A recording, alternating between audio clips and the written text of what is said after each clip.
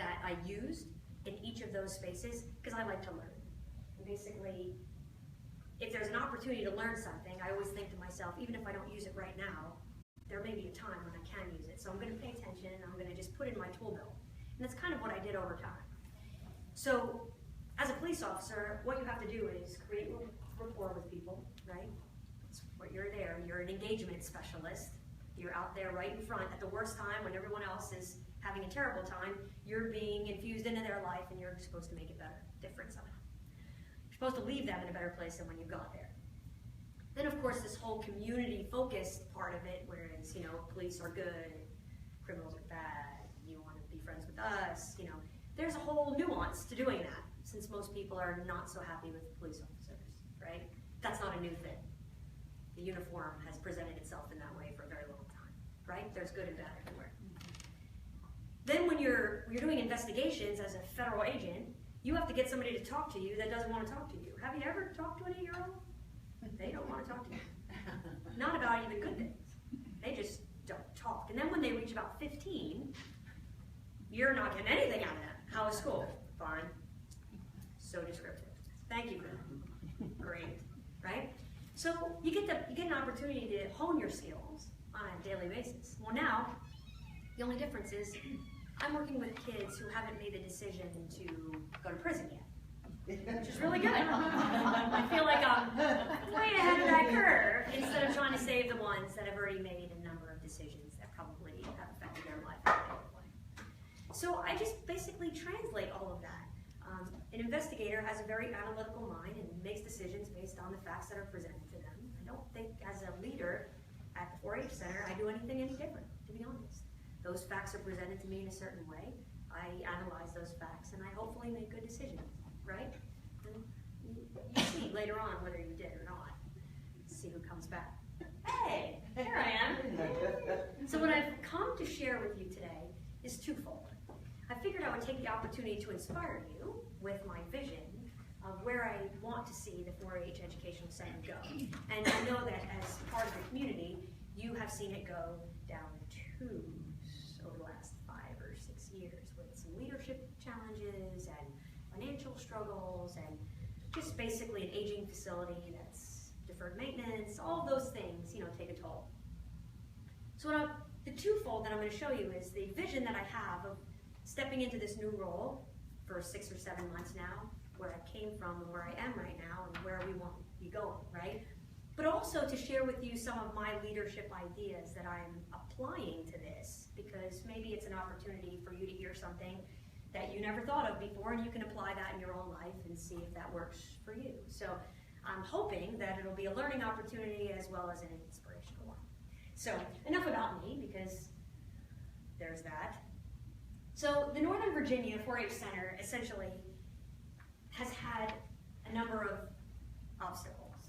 Now, I personally choose to look at things differently than looking at things as obstacles all the time. I look at them as stepping stones. So if you have to work hard to overcome something, that becomes a stone that you step onto, and that moves you into the next space of where you want to be, right? Instead of looking at it as a door shutting in your face, and something that you may or may not be able to overcome. When you say obstacle, the stigma associated with that word is what you get from your employees usually, which is the attitude that goes with that behavior around overcoming an obstacle, which some people are good at, some people are not, is I can't, or I won't, or I shouldn't have to. That's what comes to bear, right? And then you have to not only overcome that obstacle, but you also have to change the attitudes of the people who are your partner in that effort, which can be taxing across the board. So if you change your attitude about the way you see them instead of obstacles into stepping stones, then you just keep moving in a very positive direction. When I sit with my folks at the center, I basically don't allow that conversation to become a negative one. I ask them to find a way through. What is the way through? And I make them change their way of thinking from the, we've always done it this way. Well, if you were punching yourself in the face every day and I asked you to stop doing that, here's your opportunity to think of a different way, right? Different way through. So, as I start in this position, I'm focusing on the positives, the strengths.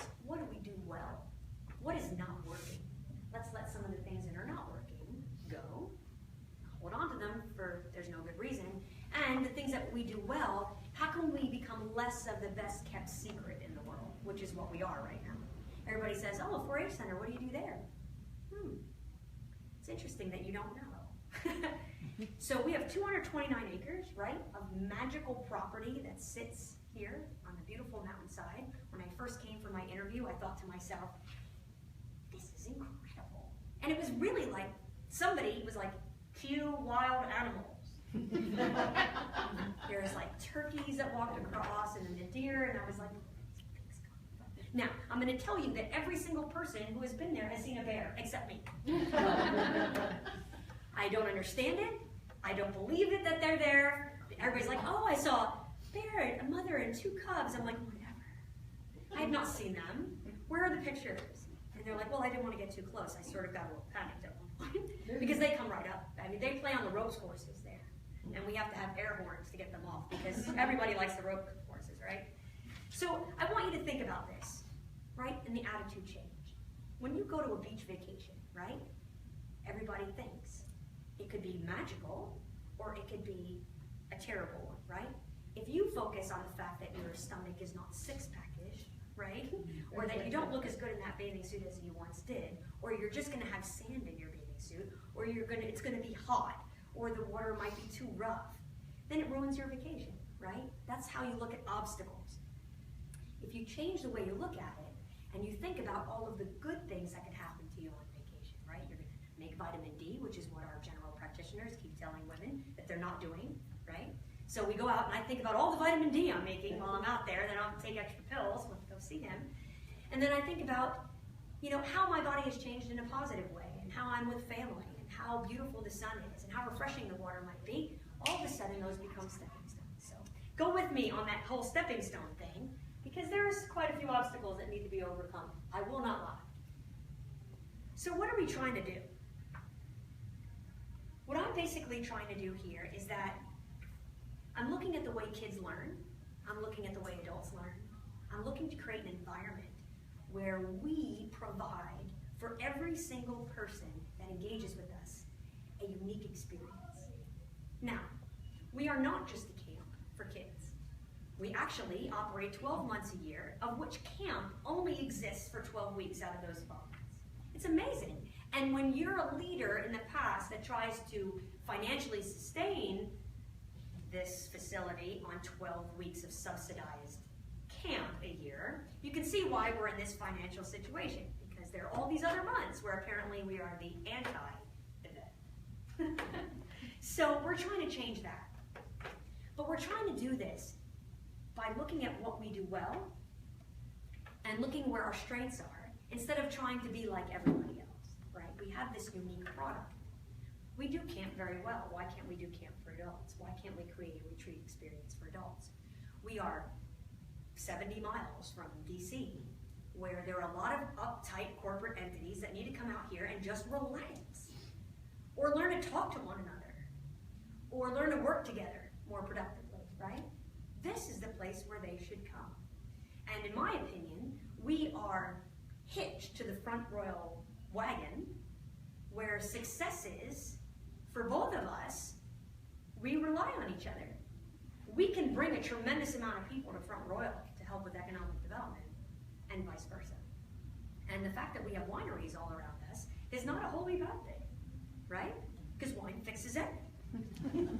After enough bottles, you agree to most things. It's just a known fact. You start to become a very agreeable person. So there's some things that we need to change, though, right? How we provide our customer service, that experience. How we ethically handle our money, right? What kind of money we go after. What kind of groups we're trying to engage with, right? The other thing that we have to remain is relevant. There are some folks out there that have no idea what 4-H is. And when they engage with 4-H, they think it's all about agriculture. And for some of those folks, it's irrelevant to them. It doesn't help them get anywhere that they want to go. In fact, if they have already been inundated with agriculture their entire life, they for sure want to get away from it. For a while, until they figure out that that's who they are and they come back. It's just a growth opportunity, right? Full circle.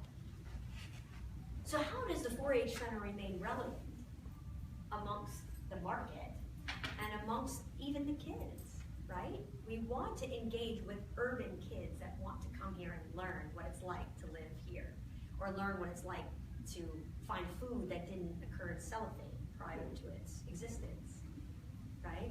So we want to raise smart citizens who can vote confidently about issues that are in the news, right? The only way to do that is to expose them to those things. So how do we remain relevant? So innovation plays into that whole process of how can we get information and provide an environment where people can learn. And then inclusiveness.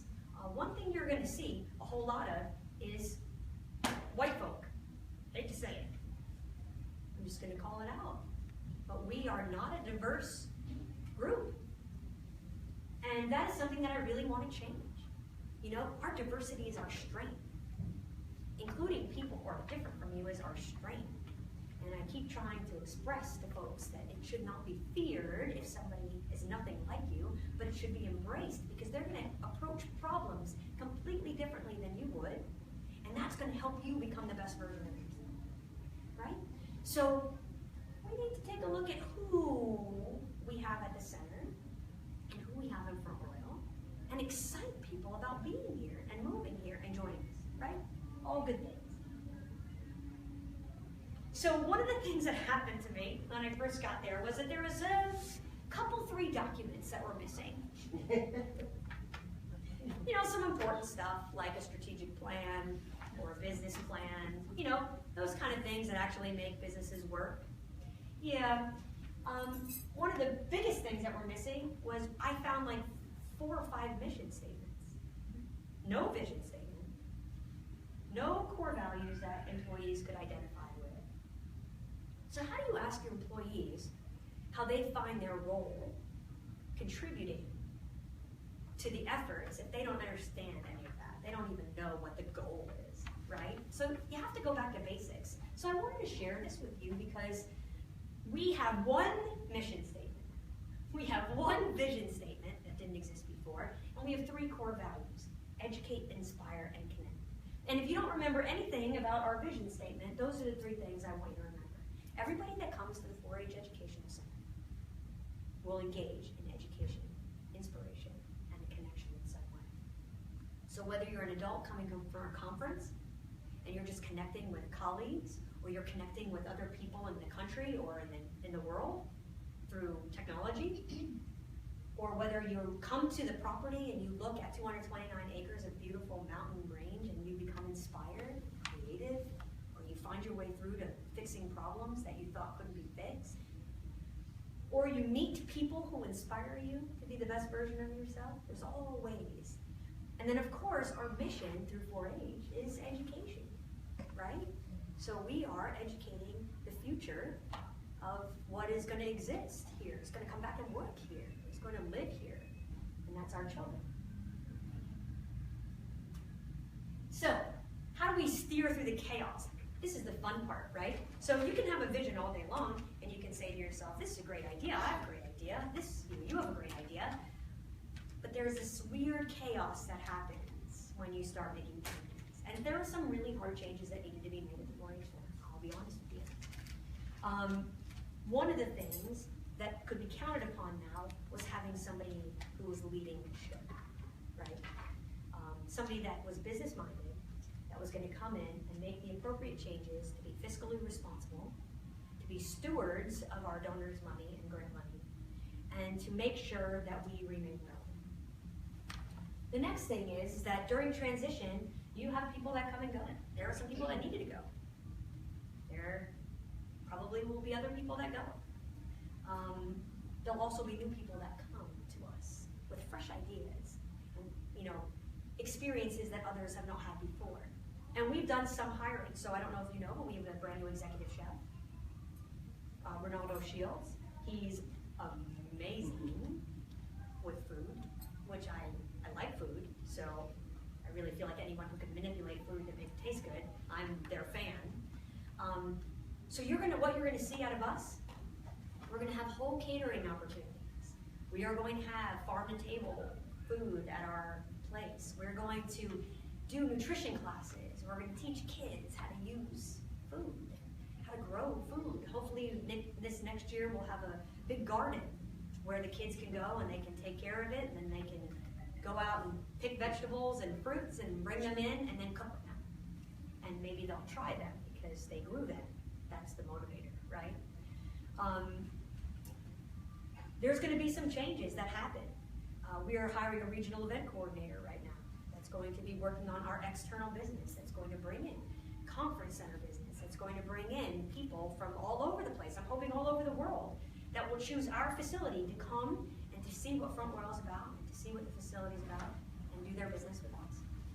So there's going to be a lot of changes coming. So you have to ask yourself, as you're going through this chaos, what do we do best? What are we not doing well?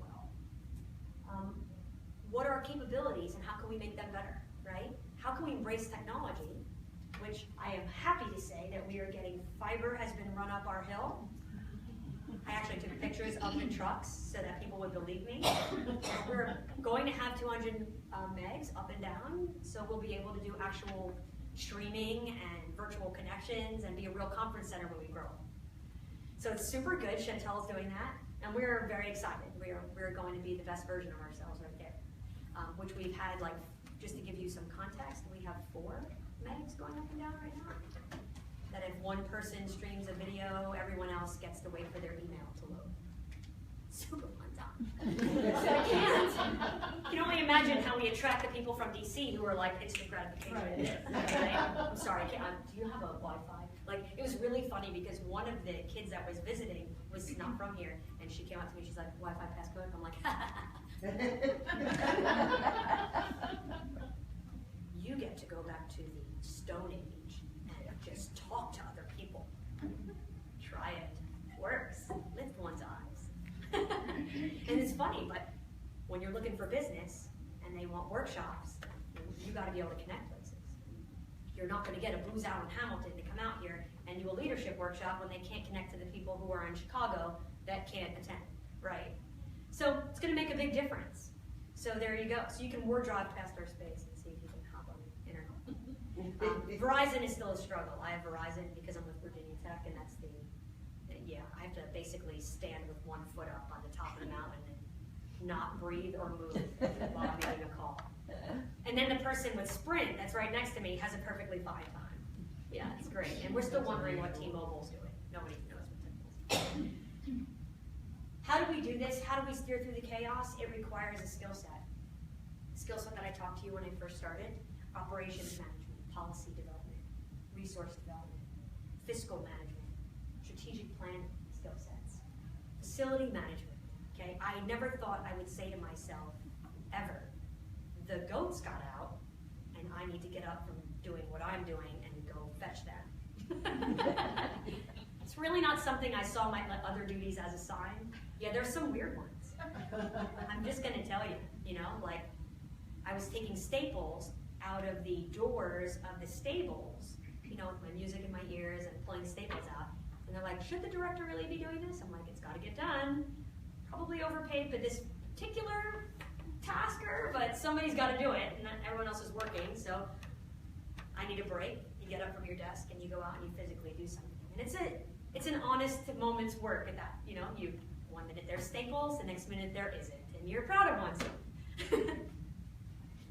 Just in my background that I failed to mention to you is that I am an alum of 4-H, more horticulture focused when I was about 6 or 7. And my mother saved all of my 4-H ribbons for me, and when I took this job, she then gave them to me. Not really sure what I'm supposed to do with the seed plate she saved. We're talking about burying it and seeing what grows. See if it's still good. Because I started this whole thing 3 years ago. I was just young then, not in 1976, whatever, my yellow jumpsuit. But I do have that background, and my actual degree, my undergraduate degree is from University of Georgia in agriculture. So what do you know? Getting my money's worth finally, right? Who knew? Yeah, so there's that. I was going to be a lot of things. Yeah, I was also going to be on Broadway dancing, but you see how that turned out. So we'll just move on from there. So my approach, how I'm doing it, and this is the sort of like, in you thinking about how you lead or how you manage and think about the skills that you can apply to what you're doing. I'm hoping that this can be helpful. So I'm using this ecosystem approach. It's a different way of thinking, right? So instead, you're thinking about tactical actions, which is what pieces of the center's ecosystem needs to be built or expanded, right? And how does an ecosystem exist, right? It's this cycle of things where there's the least amount of waste, but everything that you do is purposeful and everything has a purpose that moves everything forward, right? So how these network activities, so we have tactical actions and network activities, is basically being able to look at all the parts that you have and how they fit together and how they work together, right? So that you get this cyclical thing happening that feeds itself over time, right? And it's sustainable. And that's the whole process of how can I leave my legacy at the 4-H Center to be sustainable long after when I'm gone, so somebody doesn't have to rebuild it. So this puts together, I don't know if you see, this sort of hub and node model where project silos are broken down. So what's been happening over time with lack of leadership at the 4-H Center is that these silos have been built up. Each department sort of does its own thing and stays in its own existence, and the communication doesn't go across.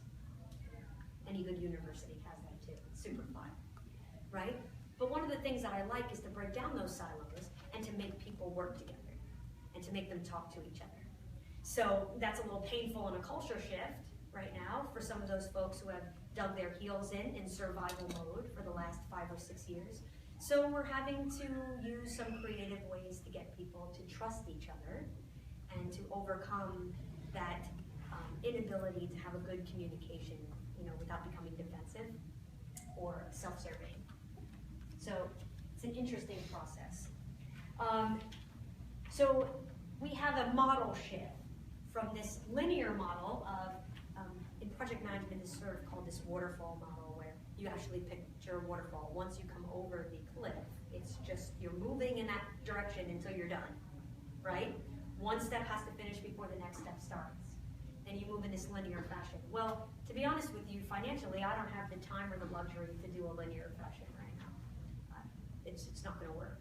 So I'm using this with an ecosystem approach, this collaborative model where we partner and we work together with our peers and with people around us to collaboratively reach the same goal. Now, my predecessor did some things extremely well and then had an approach which I don't personally agree with. It worked for a while for them. Ultimately, in me taking over, I just realized that it's not sustainable in the fact that the center had become extremely isolated. I mean, it's not going to work like that. Front Royal is always going to be Front Royal. You can't upset everyone that you work around to the point where they're not willing to help you anymore and you don't have any partners, and then expect that it's going to change. Who's going to change? Front Royal's still going to be here. You're not going to get assigned a different city. Yes, we'll be with Culpeper next week. Front Royal will just spin around and we'll be with someone else and we'll just be friends with them. I mean, so that's why I'm here today. That's why I'm here and talking to you. That's why I'm making these connections. Even the connection with Virginia Tech is strained at the end of the day. I just couldn't figure out how that would be in the best interests for anyone.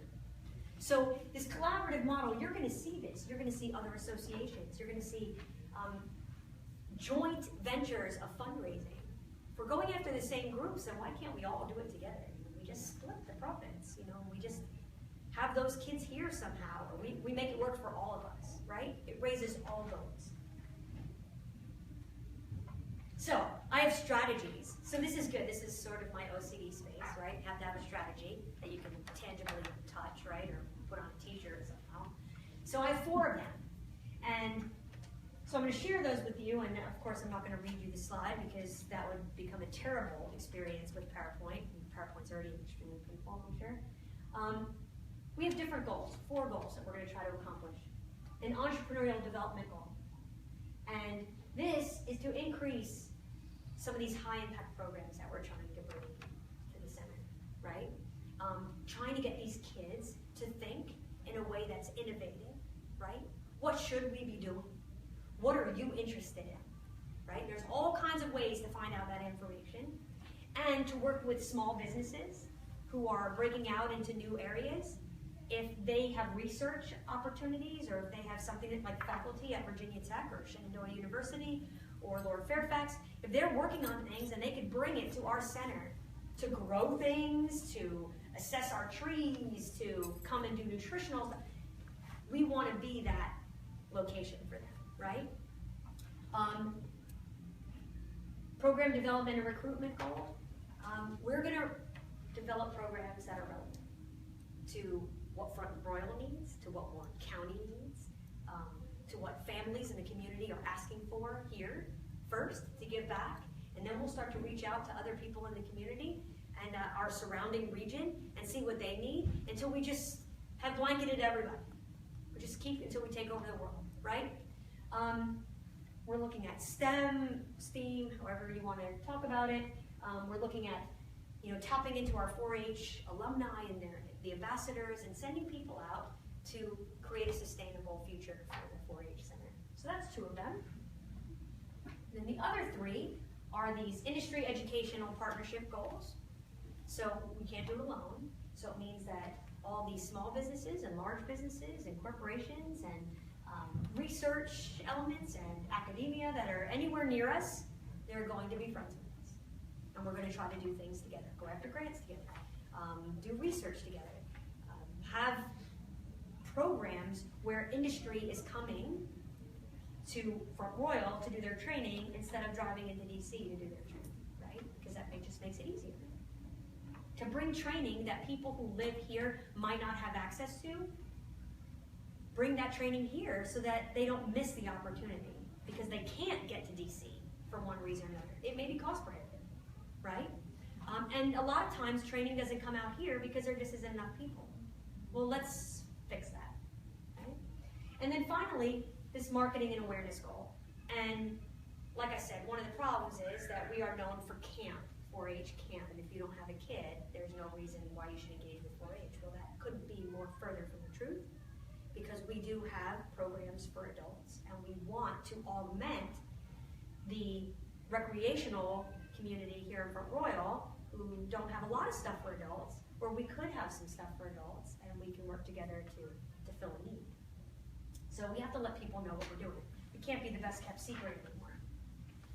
It's time to look at untapped potential. So here's my big inspirational quote on how we'll become the flagship 4-H center, because there has to be a little competition involved, right? Because there are 6 centers in the Commonwealth of Virginia, as you know. There are 6. So not every state has a 4-H center, as in numbers, the way we do. Like West Virginia has 1 for the whole state, and they all have to go there. So we have 6, the luxury of 6, and each has their different personality, and they serve different part of the region. Ours serves 18 counties and the city of Alexandria. It's a big space. And we are unique because we're just outside of DC. So we actually are going to get a whole different audience than what you might find in Jamestown, right? Or in Southwest Virginia. We are also the most easily accessed center. Everyone else, you kind of have to drive into the nether regions of the world, and you're like, am I still going the right way? When you go to Appomattox, which I live at Lake Anna in Louisa, and so my neighbors all go to Holiday Lake Center, which is kind of a weird thing, because I would love to have them just come this way, but we're not their region. Orange is where we stop.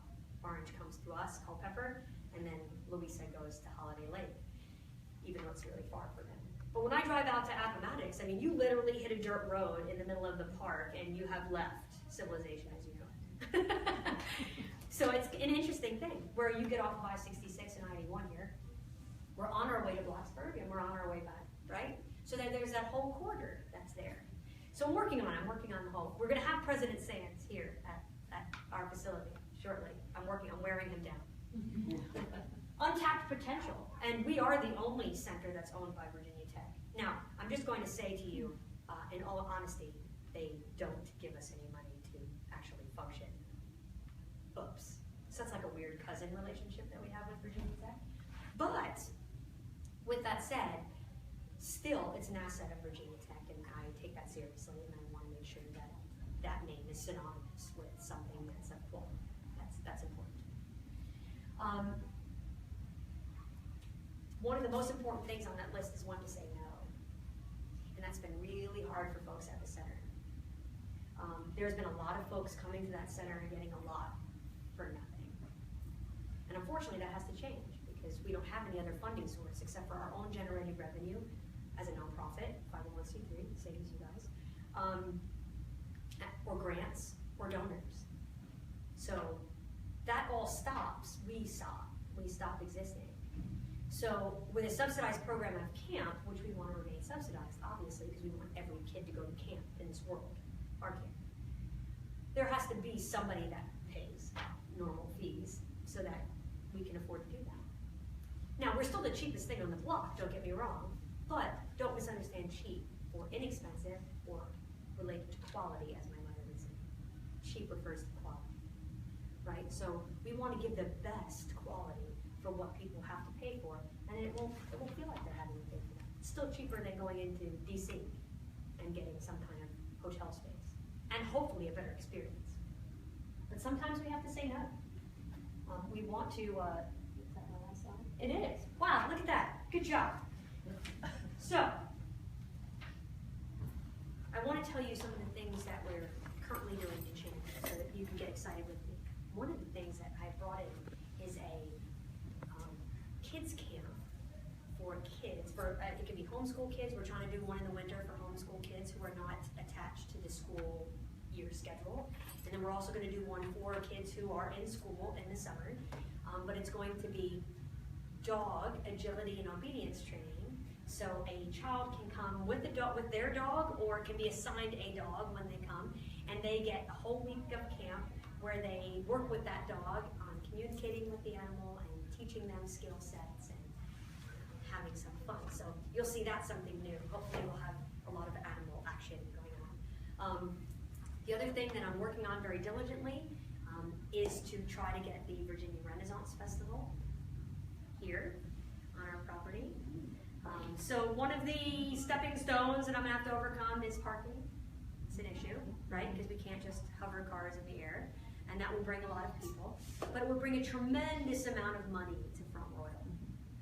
And a lot of visibility as to what we have here. So I'm looking for ways to really use our space. And so we're in conversations with them right now. We may start small and then work up to the full festival over time in order to see what the litmus is. But there are a lot of those types of festivals that are very unique, that I am not in those circles, but that apparently there are folks in those circles that are excited about coming here. And we're trying next year to, I know we didn't have a horse program this year, so next year hopefully we'll have a full-blown horse program. You're probably wondering why my hair is non-existent. So this past week we had our specialty camp, Special Love, that was there for the week. It was my first Camp Fantastic ever, and so the director of Special Love and myself, we both agreed to have our head shaved in solidarity with the kids who are fighting cancer. So the hair raising happened this past Friday, and my hair was actually quite long. So yeah, so they cut my ponytail off, and I donated that ponytail to Blocks of Love. And then they had to finish the job because I looked ridiculous. And don't even say I look foolish. And it didn't get better. But yeah, so I just want to say how freeing this experience has been. You know, guys really have it. They really have this. I'm going to tell you, I could basically wash my hair with a wet nap. And this has been a really unique experience because my hair has never been this short. So it was really, you know, extremely exciting to be a part of that, and I connected with the kids in a way that I never thought that I would. It was a very life-changing experience to do that. We're hoping to grow the opportunity for Special Love to have more kids and to do more things with their surviving kids. One of the areas of need for them is that once the child gets better, they can't come to camp anymore, right? Because the camp is focused and the grants are for kids who are in the process of battling cancer.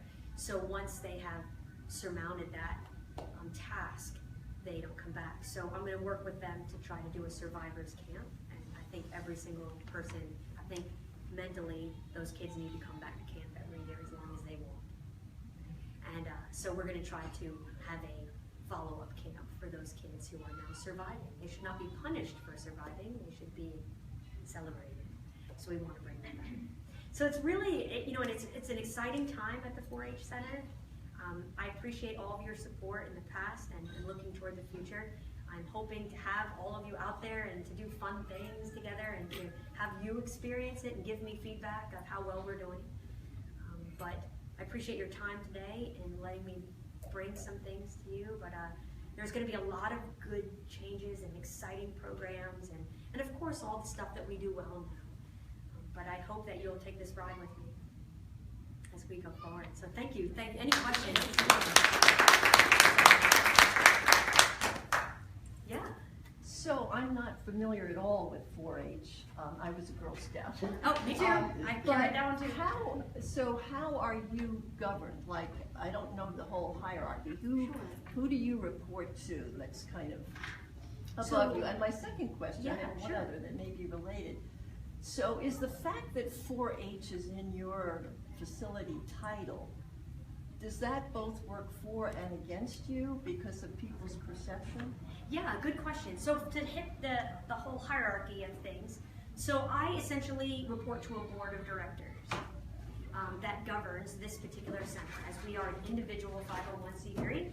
So we are responsible for all of our reporting, completely separate. So with that said, so I have this board of directors that's above me. I'm also sort of dotted line, because I'm a Virginia Tech asset, because cooperative extension, all the 4-H related stuff that happens through cooperative extension, which is then tied to the university, which is VSU and Virginia Tech. So I am an asset of Virginia Tech as a faculty member, and then so I have a reporting structure up through Virginia Tech. But all my employees work for the 501c3 directly. So it's an interesting experience having sort of this different reporting structure. I think it helps tremendously because you know, all the agents that are in cooperative extension, they all help to support the 4-H focused programming and all of that, which is our mission. This property was given to Virginia Tech with the sole purpose of it being a 4-H educational center. It cannot ever be anything else. Virginia Tech decided that they did not want it to be a 4-H educational center. They'd have to give the land back. So it'll always be a 4-H center. You know, Virginia Tech will never give it up, but it will always be that. How well of a center, that's up to me. The second part of your question was, oh, the 4-H, does it work for us or hurt us? It does. It's a double-edged sword. So when we're correlated, you know, all of our activities around 4-H, everybody thinks kids, and that hurts us in some way, which is kind of why we have the whole thing and conference center, which wasn't in the name originally, and then we sort of added on to that because there are folks that it doesn't. I wanted the name to at least give somebody an idea of what we had available. We are working to market ourselves, not away from 4-H, but to expand the opportunity to suggest to people that they can come and use the conference center and that we have the adult programming. There are some changes that we're making physically of what areas on the property are used by the kids and what are used, you know, set aside for conferencing and special groups and adults, but very much an adult space. In the back of our dining hall, which we have a full dining hall that's there, we have a lobby called Sealy Lobby, and I'm working on making that more of a pub-style location where if we have conferences that people are staying, that they can come and network in the evenings. It could be rented out just for like this kind of an event, just to have a networking event. We're going to work on getting our ABC license back on the property so we can do weddings and we can do anniversaries and those kinds of things, you know, celebratory parties. But I mean, it's come over time, it had come away from that. And now we're just going to get back to really utilizing the property in a really fun way. Also for the kids, you know. Veterans is another space that I'm really looking at right now, is to try to, since our location is so unique, to try to work with the VA and try to create programming so that veterans can come retreat space, which would be really good for them to get their head around how their next steps are as they separate from the military, or whether they're overcoming something that's changed them, or their ability to do the job that they were doing, previously. So we're set up for that. Camp can help a lot of people. So I hope that answers your question. Absolutely, thank you. Yeah. Anything else? I have a question. Now that you've kind of reinvented yourself, I've lived here long enough that we associate the 4-H Center, with the camps, love and fantastic, and then also people who do research. Before Mason built the dorms, a lot of people would stay at the fireworks. Yeah, fireworks. Actually, the parking problem with the fireworks. Constantly. The swimming pool. But as a conference center, I remember going up there for lectures with the CRC, and it always seemed small. Well, our auditorium actually holds 350 people. But there's no, that hasn't been exposed to the community. Exactly right. You're absolutely correct. And so how is that going to happen? Well, in hiring a regional event coordinator, somebody who's experienced with hospitality and event planning, that's going to make a big difference. We haven't had that skill set on site. That's somewhat of my background also. There's a nuance to planning those kinds of things. And I know people in DC who are event planners who, if they knew that this was, I would love to send them the information. Absolutely. So what we're working on right now is an actual marketing brochure, which will suggest to people in a picture way of what our capabilities are, including our newly found internet. In addition to that, we're also on a site called Unique Venues now that we were not on before. And Unique Venues is an interesting site on the web that allows you to search locations that are just that, unique, not the hotel experience. So for people who are looking for a completely off the beaten path sort of experience, they go to that site and then they can find locations like ours. So we've been on there for probably 3 weeks, we've already gotten a number of leads for people who want to use our facility. Some of them have been too big for us. They want one plenary session with like 500 people, and we can't accommodate one room. Now I can spread 500 people anywhere on the property, but we can't sit them in one space. Now, we could sit them out in the open, but it's all dependent on what they want to do. So having an event planner that gets on the phone with these folks, like your friends, and says to them, how can we help you? How can we be a full service entity for you? And just having somebody that's going to meet with those people when they come on our property, make sure they have what they need, be there through that meeting, and then work with them when they go, that's a big difference. Right now we have a reservations coordinator that basically takes the reservation and you're on your own, and it's not a full service entity. So we have what we do very well, and we accommodate a lot of people, but we could do it better. And it's just about looking at these skill sets.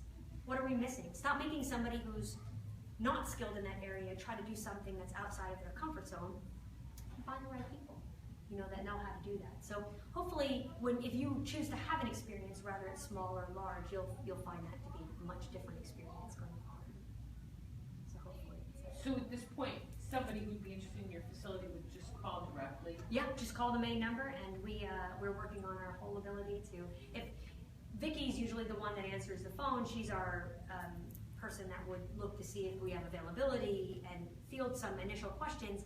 But then right now, I'm the person that works with the individual to plan that event. See if they need name tags or how many people are coming or what they're going to need. So it's that. So if you came to the center, you have to pull your own ABC license now too. Right now, right? Yeah. So, but we can pull it for you. I can pull an event license for ABC. We're eventually going to work. The problem with having an ABC license all the time is that you have to have a revenue to keep it. So as we work toward that revenue goal, once we open, it's going to be called the Bear Claw at Sealy Lobby, which is going to be our little pub space. Yeah, and that was up for vote with all our employees. It was kind of a fun thing to do. Then we'll have revenue because we'll be serving food and we'll have drink, and then hopefully we'll have wineries that come in and do tastings, and we'll have cideries that come do tastings, and it'll be a big fun time. We're working on You know, the Irish festival that used to exist here, that did not happen last year, we're working right now on resurrecting that. We've been bequeathed that, and to bring up the Irish festival and have a little fun. Who can have an Irish festival without hops? So that's my fourth. Head, heart, hands, and hops.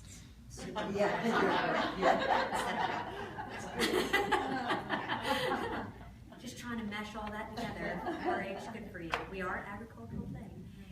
Yeah, I was fortunate growing up. My father was the chairman of our local youth commission. And at the time, Outward Bound was a big program for troubled kids. So my dad saw it as a means of teaching and incorporating, you know, survival and building self-esteem for all teens. And he created this program, and I see that as an ideal thing in today's world, ever more important than it was when I was growing up in the 70s, to pull kids away from their technology, you know, technology. If you want to punish a kid today, take away their phone, you'd think you severed their arm off at the wrist, right?